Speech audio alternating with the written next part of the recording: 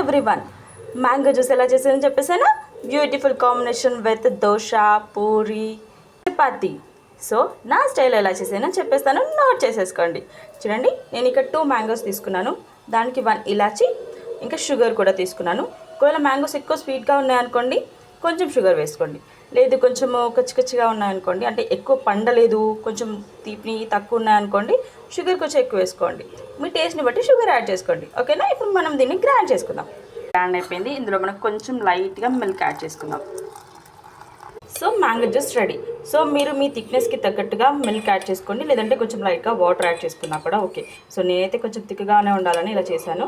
So దీన్ని ఏంటంటే మనం ఒక హాఫ్ అన్ అవర్ కూలింగ్ కావాలనుకునే వాళ్ళు, చల్లగా తినాలనుకునే వాళ్ళు ఫ్రిడ్జ్లో పెట్టుకొని ఒక హాఫ్ అన్ అవర్ తర్వాత తింటే యమ్మీ బాగుంటుంది. దీని కాంబినేషన్ పూరి, దోశ, చపాతి. సో మీరు కూడా నా స్టైల్లో ఒకసారి మ్యాంగో జ్యూస్ ట్రై చేయండి, చెప్పండి.